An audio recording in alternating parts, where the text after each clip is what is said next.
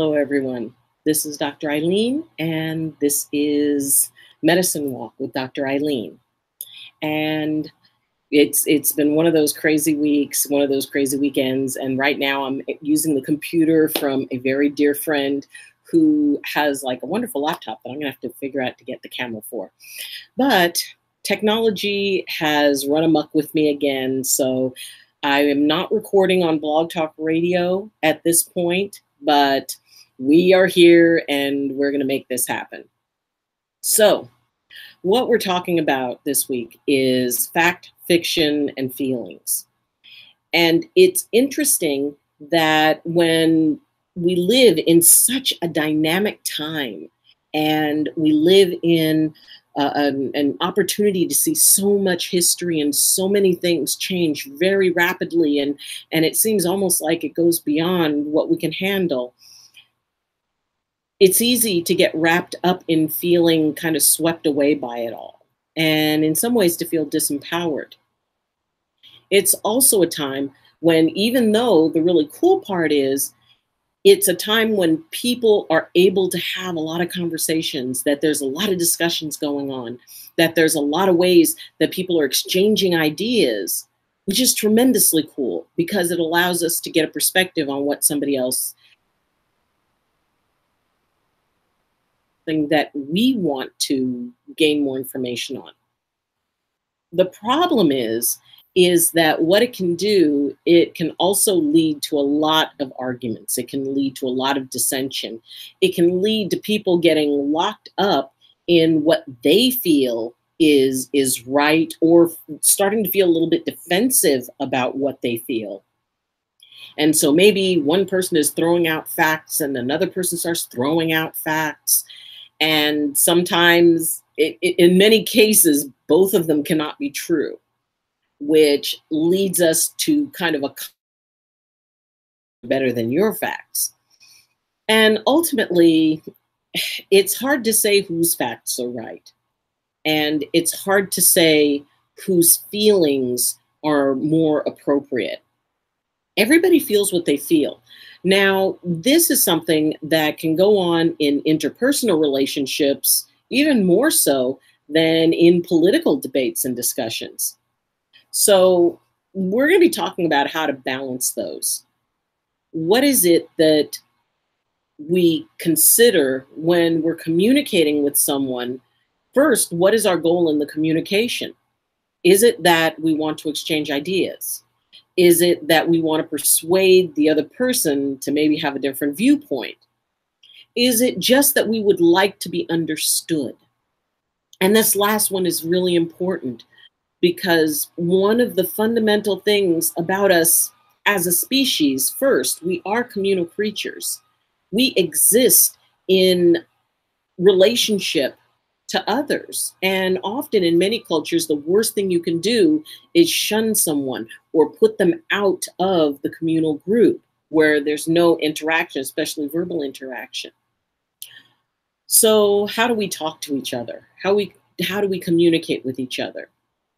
And even when we're technically speaking the same language, how is it possible for us to be talking about two separate things at the same time? Well, sometimes feelings can interfere with what it is we're trying to express, because feelings are a part of the story that we attach. I was asked very recently about a conflict and a communication issue where what the other person was saying was kind of going through a filter of, well, is this person just telling me what they think I want to hear? Is this how they really feel? Is this something I should trust? Because the question of trust had been an issue before. And these are really very, very good things to consider when you're talking to someone, especially someone that you may have had an issue with, someone that communication may be difficult with. Looking at breaking those things down. Is this person telling me what they think I want to hear? Well, that would depend on what their motivation is. And anytime we start trying to figure out what someone else's motivation is, that's when we go into story. We have gaps, and so we're trying to fill the gaps. for, your moment of science here, if you take your two fingers and slowly bring them together right in front of your eyes, well, what you may see is like the tip of one finger touching the tip of the other finger. It's almost as if there's like a little finger in between. Now, that is called the blind spot. Your vision, your range of vision doesn't go there. But the thing is that your brain knows that something has to be there. Therefore, as you bring your fingers together and you touch them and like do it right in front of your eyes, when you do that and you see that little kind of third digit sort of space, that's your brain filling it in.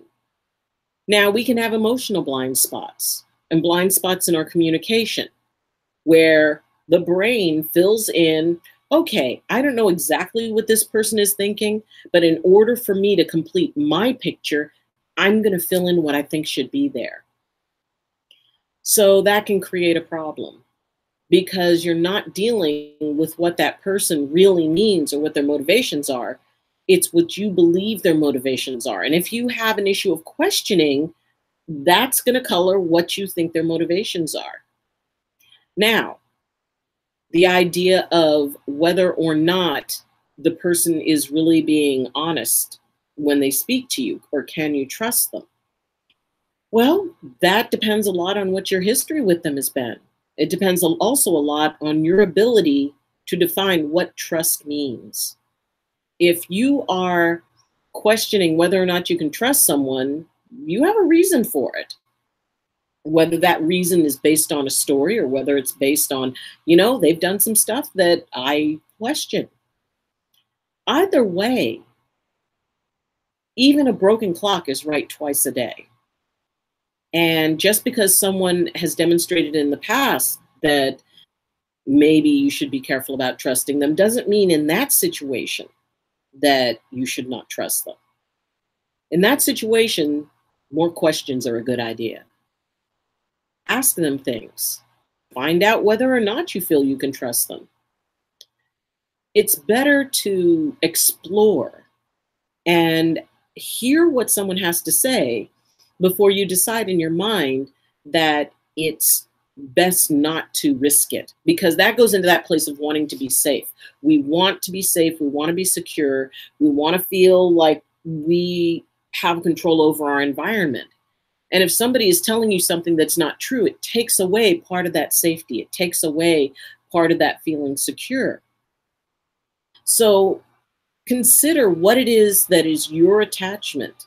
If you have an attachment to not trusting this person because of the fact that they have misled you before, well, that's definitely something to take into consideration. And should that be what you base all of your opinion on them? Whether or not you base your opinion on totally on what they've done, or balance it, what they've done, with the possibility of what could happen, which you don't know, so you're filling in the space. Ultimately, you have to go with your gut.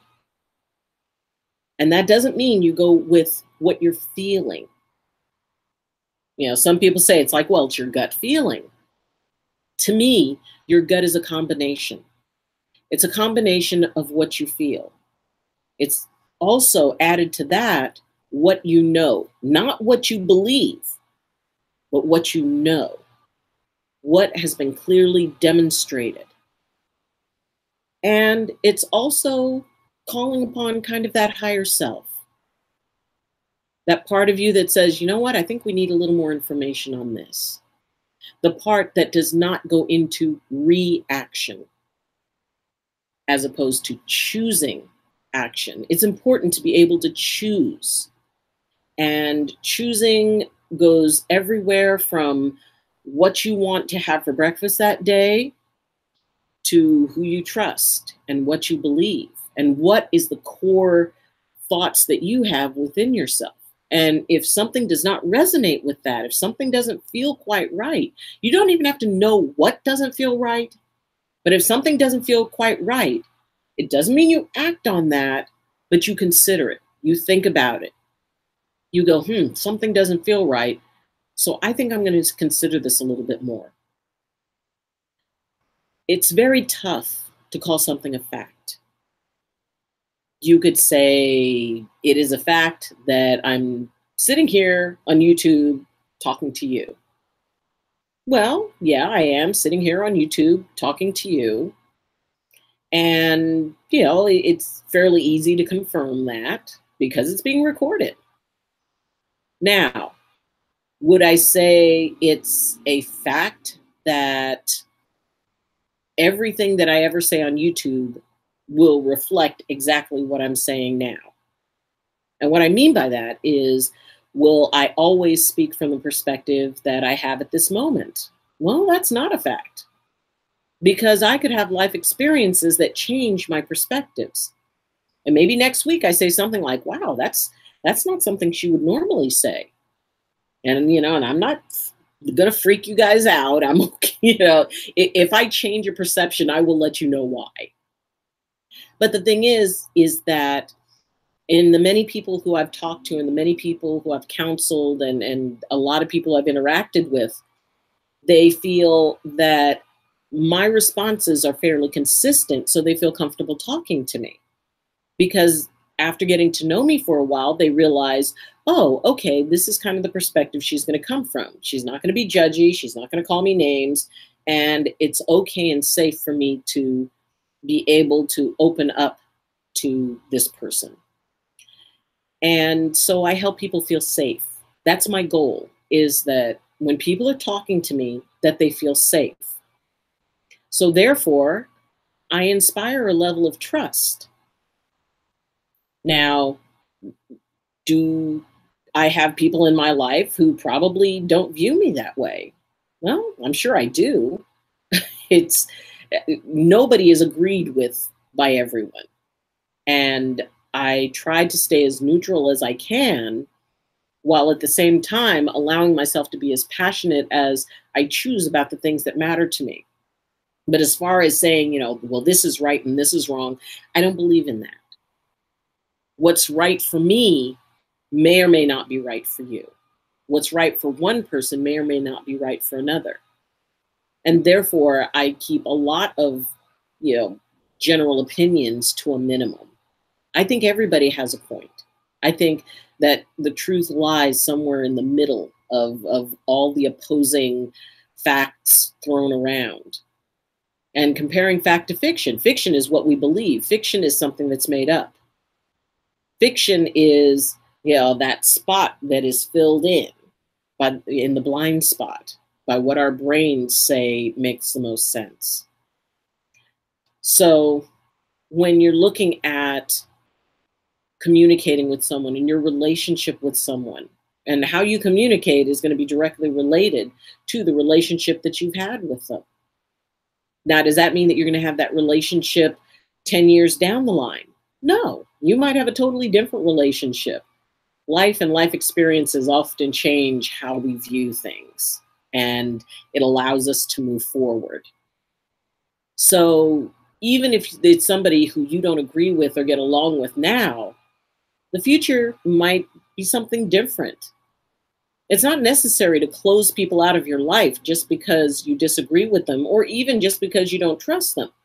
It just means that whatever they say, you put into that perspective. Don't attach to it. It's like, oh, okay, well, that's interesting. Because all it is opinion. And even if they say, well, this is a fact, I've had a lot of people tell me things are facts that I know are not true. So is it important for me to confront them and say, well, no, that's not a fact? If I want to have an argument, maybe. Sometimes the best thing you can do is just go, oh, well, that's interesting, and nod, and then go find somebody else to talk to. Go find somebody to talk to who is a little bit less passionate and intense, and just is like, wow, okay, well, that's a cool, different viewpoint.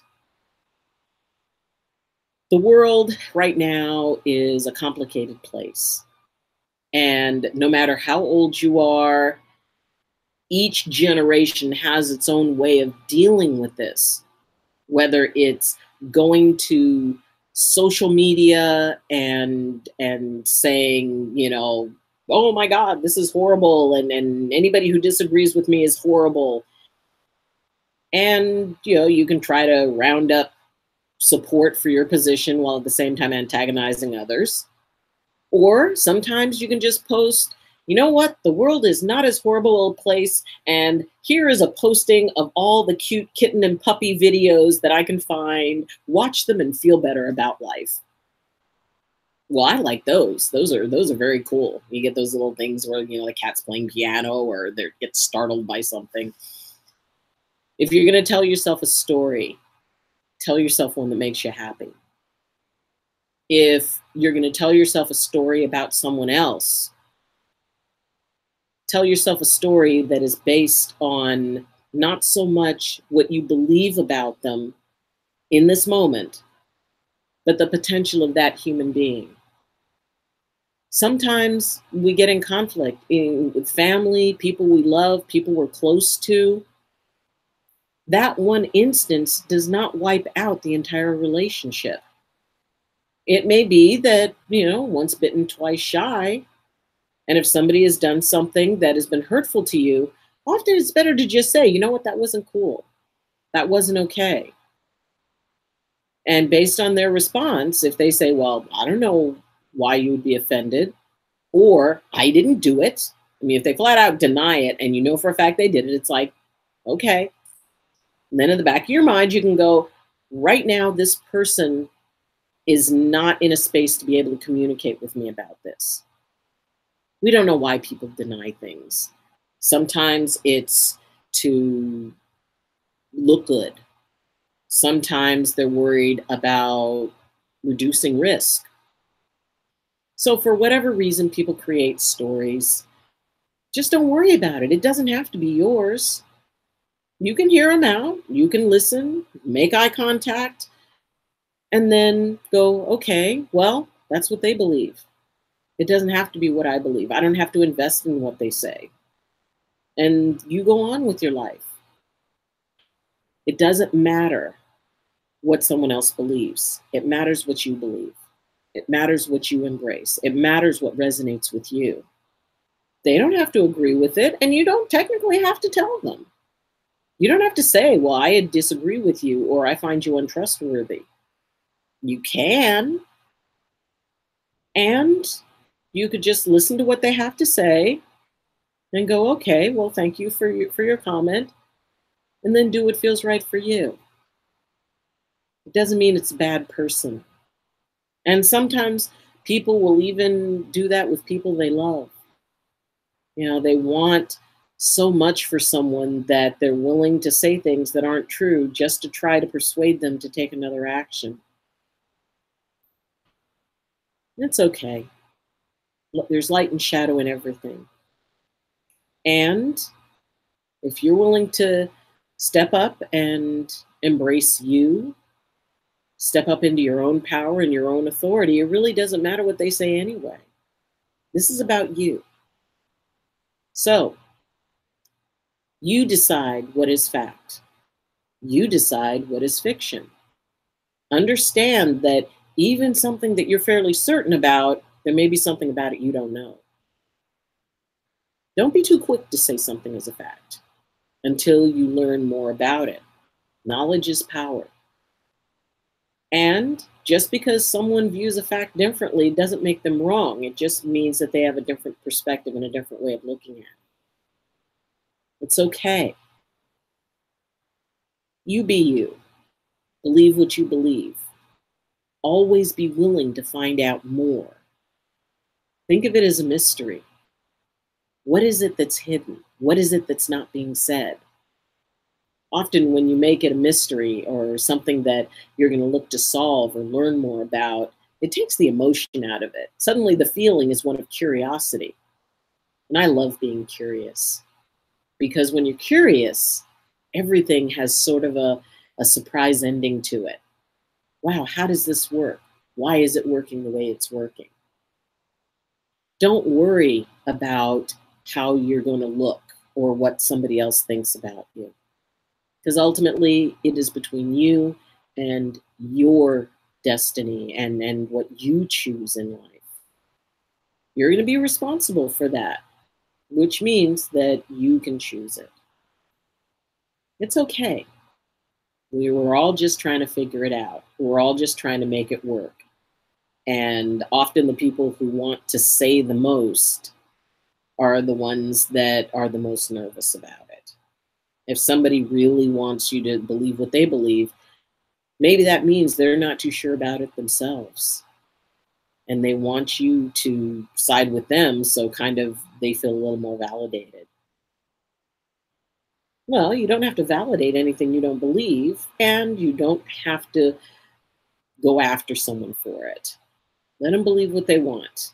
You don't have to buy into it. Just be in your truth.